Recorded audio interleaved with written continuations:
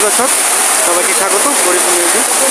এই মুহূর্তে আমি আছি ময়মনসিংহের গৌরীপুর যে রেলওয়ে স্টেশন, সেই রেলওয়ে স্টেশনের যখন বৃষ্টি আসে তখন কিন্তু যাত্রীদের এভাবেই কষ্ট পোহাতে হয়, কারণ প্ল্যাটফর্মের ভিতরেই কিন্তু পানি অজরে পড়ছে। আমি আপনাদের একটু দেখাই দর্শক,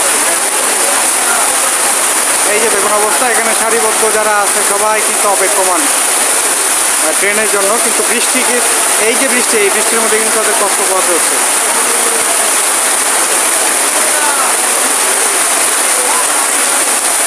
আমাদের গৌরীপুর স্টেশনের হালত খুবই খারাপ।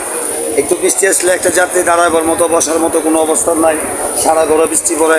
এই যে একটা টিকিট কাউন্টার, ওই জায়গায় টিকিট করতে আসলেও ব্রিজে আসতে হয়, ব্রিজে বাইরে যেতে হয়। কোথায় যায় দাঁড়াবো পাবলিক? ট্রেন আসলে ট্রেনে ওঠার মতো কোনো অবস্থান নাই।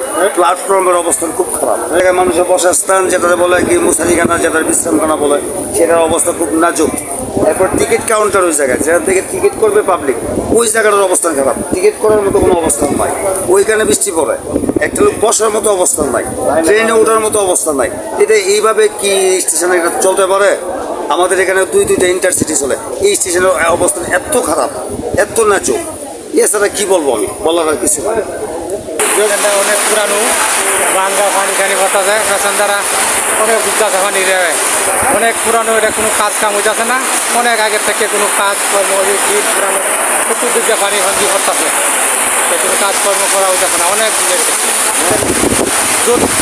দ্রুত মেরামত চাই।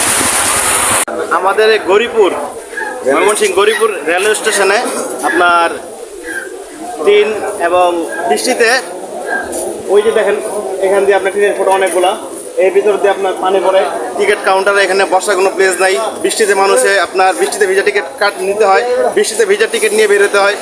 একটা ট্রেন আসলে বৃষ্টিতে ভিজা ট্রেনে উঠতে হয়। আর পরিবেশ অবস্থা খুবই আপনার মানে নোংরা, মানে সামাজিকতা বা একটা যে সৌন্দর্য একটা প্লেস বা বসার যে স্থান, এমন কোনো কিছুই নেই। তো আমরা খুবই কষ্টে আছি।